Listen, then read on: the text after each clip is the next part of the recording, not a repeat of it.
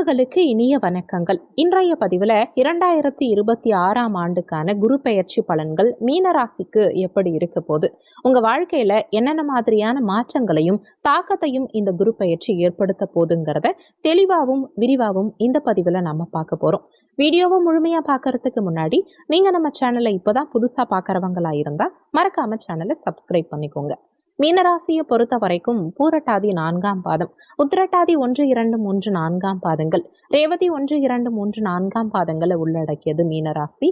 மீனராசிக்கு அதிபதி குரு பகவான். குரு பெயர்ச்சி நிகழும் தேதியை பொறுத்த வரைக்கும் திருக்கணித பஞ்சாங்கப்படி ஜூன் 2, 2026 செவ்வாய்க்கிழமை அன்னைக்கும், வாக்கிய பஞ்சாங்கப்படி மே 26, 2026 செவ்வாய்க்கிழமை அன்னைக்கும் குரு பெயர்ச்சி நிகழ இருக்கு.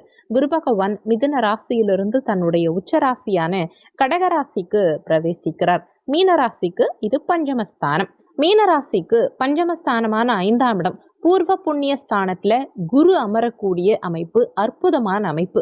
அதுவும் உச்சபலம்ங்கிறது விசேஷமான யோகம்னு தான் சொல்லணும். மீனராசி அன்பர்களுக்கு கடந்த 2 ஆண்டுகளா இருந்த உடல் ஆரோக்கிய குறைபாடுகளும் மன அழுத்தமும் இந்த குரு பெயர்ச்சிக்கு பிறகு நீங்கும். ஜென்ம சனியின் தாக்கத்தை குரு பகவான் டோட்டலா குறைப்பார். இதனால அடுத்த 1 வருஷத்துக்கு சனியின் ஆதிக்கம் உங்களுக்கு பெரிய அளவுல இருக்காது.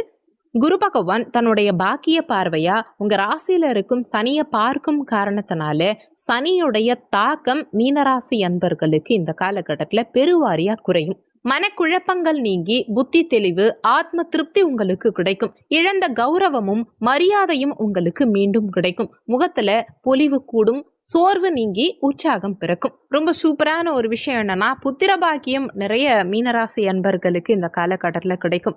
நீண்ட காலமா குழந்தை பாக்கியத்துக்காக காத்துட்டு இருந்தவங்களுக்கு இந்த ஆண்டு நிச்சயம் சுப செய்தி கிடைக்கும். புத்திர காரகனான குரு பகவான் புத்திர ஸ்தானத்திலேயே உச்சமாற அமைப்பு நிச்சயமா புத்திர பாக்கியத்தை ஏற்படுத்தும். குழந்தைகளின் முன்னேற்றம், கல்வி மற்றும் வளர்ச்சி இந்த காலகட்டத்தில் உங்களுக்கு மிகுந்த மகிழ்ச்சியை கொடுக்கும். அவங்களுக்கு தடைப்பட்ட சுபகாரியங்கள் இந்த காலகட்டத்தில் கைகூடி வரும். நிறைய பேர் வீட்டில் குழந்தைகளுக்கு சுபகாரியங்கள் செய்யற யோகம் கிடைக்கும். நீண்ட காலமா சொத்து மற்றும் பூர்வீகம் சார்ந்த பூர்வீக சொத்துக்கள்ல இருந்த வில்லங்கம், கோர்ட்டு கேஸு, வம்பு வழக்கு பிரச்சனைகள் எல்லாம் ஒரு முடிவுக்கு வரும். தந்தை வழி சொத்துக்கள் கைக்கு வந்து சேர்வதற்கான வாய்ப்புகள் சிறப்பாகவே இருக்கு. ஏன்னா தந்தை ஸ்தானத்தை குரு பகவான் பஞ்சம பார்வையா பார்க்கிறார். தந்தை வழி ஆதரவு இந்த காலகட்டத்தில் உங்களுக்கு பரிபூரணமா கிடைக்கும். தந்தையுடனான உறவு மேம்படும். மாணவ மாணவிகளை பொறுத்த வரைக்கும் கல்வியில இருந்த தடைகள் இந்த காலகட்டத்தில் விலகும். விரும்பிய உயர்கல்வி வாய்ப்புகள் இந்த காலகட்டத்தில் தேடி வரும். புத்தி கூர்மை அதிகரிக்கும். ஜோதிடம், ஆன்மீகம், சட்டம், நிதி சார்ந்த துறைகள்ல இருக்கவங்களுக்கெல்லாம் இந்த காலகட்டத்தில் புதிய அனுபவங்களும் வெற்றியும் கிடைக்கும். நிறைய பேருக்கு உள்ளுணர்வு அதிகரிக்கும். நீங்க எடுக்கும் முடிவுகள் சரியா தான் இருக்கும். உத்தியோகத்தை பொறுத்த வரைக்கும் தொழில் ரீதியா அபாரமான லாபம் கிடைக்கும். புதிய தொழில் தொடங்க நினைக்கிறவங்க ஜூன் மாதத்தில்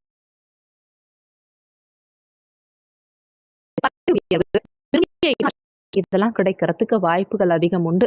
திடீர் பணவரவு மற்றும் அதிர்ஷ்டம் உண்டாகும். நீண்ட நாளா வராத பணம் கைக்கு வந்து சேரும்.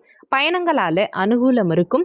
ஆன்மீக பயணங்கள், ஆன்மீக யாத்திரைகள், புனித யாத்திரைகள் நிறைய பேர் மேற்கொள்வீங்க. நீண்ட தூர பயணங்கள், வெளிநாட்டு பயண முயற்சிகள் எல்லாம் உங்களுக்கு வெற்றி அடையும்.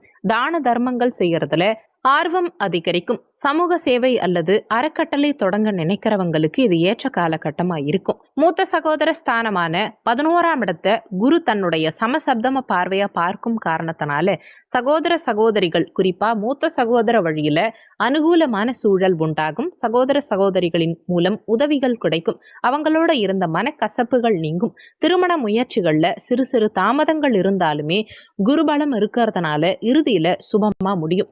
வாழ்க்கை துணையின் ஆரோக்கியத்துல மட்டும் சிறு சிறு அக்கறை அவசியம் தேவை. கூட்டு தொழில், பார்ட்னர்ஷிப் பிசினஸ் பண்றதை இந்த காலகட்டத்தில் தவிர்த்துக்கிறது உங்களுக்கு. இந்த காலகட்டம் சிறப்பா அமைய நீங்க செய்ய வேண்டிய பரிகாரங்கள் என்னன்னா, வியாழக்கிழமைகள்ல தட்சணாமூர்த்திக்கு மஞ்சள் நிற மலர்களால் அர்ச்சனை செய்து நெய் தீபம் ஏற்றி வழிபாடு செய்யறது சிறப்பு.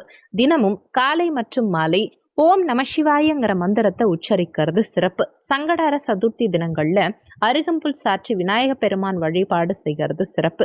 குலதெய்வ வழிபாடு ரொம்ப முக்கியம். வருஷம் ஒரு முறை குலதெய்வ கோவிலுக்கு சென்று அபிஷேகம் செய்து வழிபாடு செய்யறது குருவின் அருளை இரட்டிப்பாக்கும்.